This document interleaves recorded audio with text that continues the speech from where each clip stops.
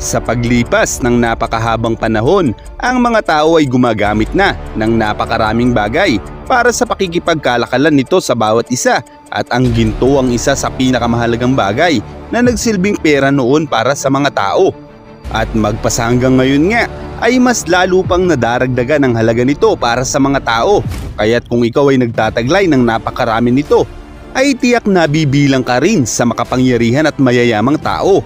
Sa kasalukuyang panahon ay gumagamit tayo ng mga perang papel na kung tawagin ay fiat money, kung saan ang salitang fiat ay salitang Latin na may kasing kahulugan na let it be done.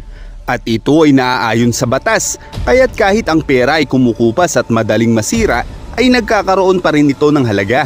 Dahil ayon sa batas, ito ay may halaga. Hindi katulad ng mga ginto na kahit ilang daang taon pa ang lumipas ay hindi ito kukupas at hindi ito mawawala. Kaya ito ang isa sa itinuturing na pinakamahalagang pera na ginamit ng mga tao sa kasaysayan ng mundo. At ang tanong ng marami, maaari pa ba tayong bumalik sa panahon ng gold standard? Kung saan sa panahong ito ay ginto ang sentro ng kalakalan ng mundo at ang mga perang papel noon ay nagsisilbi lamang katunayan na ikaw ay may ginto sa bangko. Subalit dahil sa pagpiprint noon ng Amerika ng sobra-sobrang pera ay nabahala ang ilang mga bansa na baka mas dumami pa ang pera kesa sa mga ginto. Kaya't isa-isa noong ibinalik ng ilang mga bansa sa Amerika ang pera nito at kinuha nila ang mga gintong kapalit nito. Kaya naman halos maubos noon ang gold reserve ng Amerika. Kaya naman simula noon ay ipinawalang bisa na nila ang gold standard. At sa halip ay sinabatas nila ang pagkakaroon ng halaga ng mga pera kahit pa wala itong backup na mga ginto. Ayon naman sa iba, ang dollar ay may backup raw na petrolyo, kaya daw mayroong petrodollar. Subalit para sa paglilinaw, ang petrodollar ay nagsimula pa noong 1945 at tinawag itong petrodollar dahil ang mga bansang nagbebenta nito ay perang dolyar lamang ang tinatanggap para makabili ka ng krudo mula sa kanila, at bilang kapalit ay sinusuplayan sila ng armas ng Amerika, kaya tinawag itong petrodollar. Kaya't hindi ito nangangahulugan na may backup na petrolyo ang perang dolyar. Sa halip ay maaari mo lamang itong gamitin sa pagbili ng krudo mula sa Saudi dahil ang pagkakaroon ng backup ng isang pera ay limitado lamang. Katulad ng kung gaano karami ang ginto sa isang bansa at hindi kung gaano karami ang petrolyo sa iba't ibang mga bansa. Dahil ito ay nauubos, kaya't kung ito ay babakapan mo ng pera ay napakahirap nitong makokontrol ang pag-imprinta ng mga pera dahil sa mabilis na pagkonsumo nito ng mga tao. Kaya't kung ang pera ay babakapan ng isang napakahalagang bagay na hindi kumukupas at hindi nauubos o naglalaho na parang bula, ay ginto ang nararapat dito at hindi petrolyo.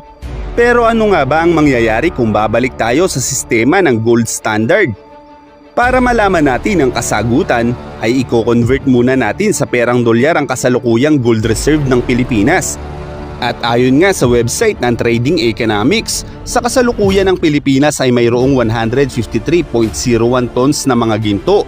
At ayon sa website ng Visual Capitalist, kung ang per onsa ng ginto ay papatak ng $2,000, ay aabot ng $64.3 million ang kada tonelada nito. At kung itatimes natin ito sa 153.01 tonelada ng ginto ng Pilipinas, ay aabot ang halaga nito ng 9,838,543,000. Ibig sabihin, ang halaga lamang ng pera na ito ang pwede nating maimprinta dahil ito lamang ang aktwal na ginto sa ating bangko. At kung i-convert natin ito sa peso na 59 pesos kada isang dolyar, ay aabot ito ng mahigit 580 billion pesos. Habang ang kasalukuyang pera na naimprinta ng Pilipinas sa taong ito na nasa sirkulasyon ay umabot na ng 1.849 trillion pesos. Kaya't sa makatuwid, kung babalik tayo sa gold standard ay mas lalo lamang tayong maghihirap dahil mas kakaunti na lang ang gagamitin nating pera sa kasalukuyan. Bukod pa riyan dahil may backup na ginto ang ating pera ay magagamit natin ito sa kahit saang sulok ng mundo. Kaya't kung aangkat tayo ng mga produkto mula sa ibang bansa gamit ang ating pera ay mauubos ang pera sa ating bansa at hindi na tayo makapag-iimprinta pa kung wala tayong karagdagang mga ginto. At kung sakaling maubusan tayo ng pera sa bansa, ay tiyak babalik tayo sa sistemang barter o palitan ng kalakal Kaya't ang pagbabalik sa gold standard ay tila malabo pa sa katotohanan. Sa sistemang ito kasi ay parang ginto na rin ang ibinabayad mo sa bawat kalakalan ng mundo. Kaya't kung magamit mo na ang lahat ng mga ito ay wala nang matitira sa'yo. Ngayon, kung totoo man ang talagang makukuha ni BBM ang napakaraming halaga ng mga ginto, ay maaaring ang bansa lamang natin ang magkaroon ng kakayahan na bumalik sa sistemang ito.